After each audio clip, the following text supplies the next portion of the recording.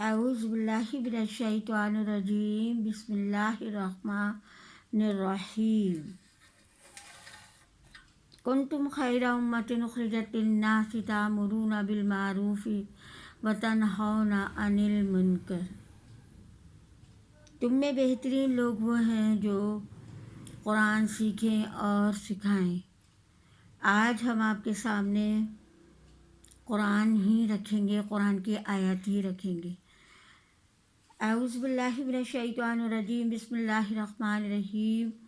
رب اشرح لی صدری ویسر لی امری واحلل عقدۃ من لسانی یفقہوا قولی۔ ربی زدنی علما، ربی زدنی علما۔ یا حی یا قیوم، یا حی یا قیوم، یا اللہ یا رحمان یا رحیم، یا اللہ یا رحمان یا رحیم۔ ربنا ظلمنا انفسنا وان لم تغفر لنا وترحمنا لنکونن من الخاسرین۔ آج میں آپ کے سامنے سورہ تحریم کی آیت نمبر 6 رکھتی ہوں، آیت نمبر 6۔ یا ایھا الذین آمنوا قوا انفسکم واہلیکم نارا وقودها الناس والحجارہ۔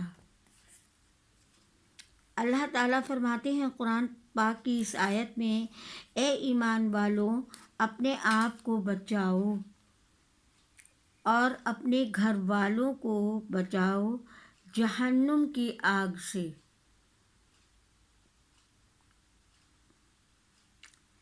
اپنے گھر والوں کو بچاؤ جہنم کی آگ سے، جس کا ایندھن انسان اور پتھر ہوں گے۔ یہ آیت ہمیں بتاتی ہے کہ ایک شخص کی ذمہ داری صرف اپنی ذات کی ذمہ داری نہیں ہوتی،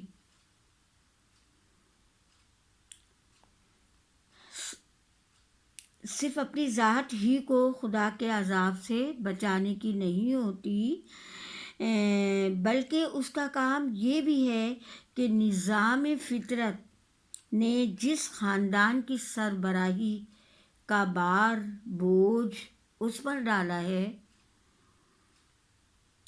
اس کو بھی وہ اپنی حد استطاعت تک ایسی تعلیم و تربیت دے جس سے وہ اللہ کے پسندیدہ انسان بنے۔ اگر وہ جہنم کی راہ پر جا رہی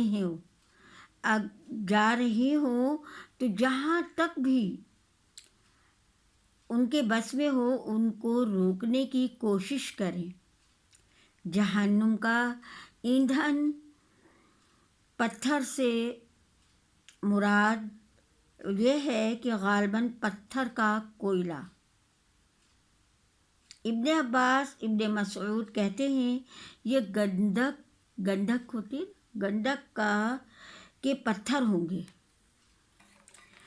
تو ہمیں اس آیت سے یہ پتہ چلتا ہے کہ جو گھر کا قوام ہوتا ہے، جو گھر کا بڑا ہوتا ہے، جو گھر کا مرد کو اللہ تعالیٰ نے قرآن پاک میں قوام کہا ہے، اور وہ سب جو بچے اہل و عیال جو ہوتے ہیں وہ اس کے ماتحت ہوتے ہیں۔ تو مرد کو یہ چاہیے، گھر کے مرد کو یہ چاہیے کہ وہ صرف اپنے آپ کو جہنم کی آگ سے نہ بچائے، بلکہ وہ اپنی اہل و عیال جتنے بھی لوگ ہیں اہل و عیال میں، اور ان سب کی بھی فکر کرے، اور ہمیں تو چاہیے کہ ہم امت کی بھی فکر کریں۔ امت کی فکر کرنی ہمارا اوپر لازم ہے کہ ہم سب کو بچائیں، کہ جہنم کی آگ کیسی ہے، خطرناک ہے۔ دنیا کی آگ ذرا سی ہمارے ہاتھ پہ لگتی ہے تو اس سے ہم کتنا جلن محسوس کرتے ہیں۔ تو بتائیں، جب ہم خدا نہ خواستہ اللہ نہ کرے ایسا کوئی معاملہ ہمارے ساتھ، اللہ نہ کرے کہ ہم کوئی دنیا میں ایسے کام کریں جس کی وجہ سے ہمارا معاملہ جو ہے وہ اچھائی کے بجائے برائی کی طرف چلا جائے، ایسا نہ ہو۔ اللہ سے ہمیں یہ دعا کرنی چاہیے۔ کہ اللہم اجرنی من النار، اللہ تو ہمیں آتش دوزخ سے بچا. لیکن آتش دوزخ سے تو جب بچیں گے نا تب ہم اپنے اعمال ٹھیک کریں گے. اب گھر کے قوام کے لیے کہہ دیا کہ وہ نہ صرف خود کو بچائے بلکہ اپنے پورے اہل و عیال کو جہنم کی آگ سے بچائے. اور یہ قدرت کے ایک فطرت کا ایک نظام ہے کہ خاندان کے پورے لوگوں کو بچائے اور ان کو بتائے. وہ آپ اپنا کام کرنا ہے، آپ نے یہ کام تو کیونکہ اس کے اوپر ساری ذمہ داری ڈالی ہے اللہ تعالیٰ نے. وہ قوام ہے، وہ گھر کے لیے ساری ذمہ داریاں اٹھاتا ہے. تو یہ ذمہ داری مرد کیوں نہیں اٹھاتے؟ ماں، بہن کی، ماں کی، بچوں کی، کیونکہ یہ کس راہ پہ چل رہے ہیں. اگر بیوی بے پردہ ہے تو ایک عورت جو ہے وہ 4 مردوں کو جہنم میں لے کر جائے گی. وہ کیسے؟ کہ ایک بھائی، سب سے پہلے تو باپ آتا ہے، پھر بھائی، پھر بیٹا، پھر شوہر اور بیٹا. تو اب آپ دیکھیں 4 بندوں کی ایک عورت لے کے جائے گی جہنم میں. اگرچہ ان کے یہ پاورفل مرد اپنی گھر کی فیملی کے ممبرس کو جہنم کی آگ سے نہیں بچا پائے. ہمیں تو دعوت ہی دینے کا حکم دیا گیا ہے نا. ہم سے تو یہ کہا جا رہا ہے نا، اللہ تعالیٰ قرآن میں بار بار کہہ رہے ہیں نا کہ اللہ کے نبی کیوں آئے تھے؟ اسلام پھیلانے، جہالت کو مٹانے.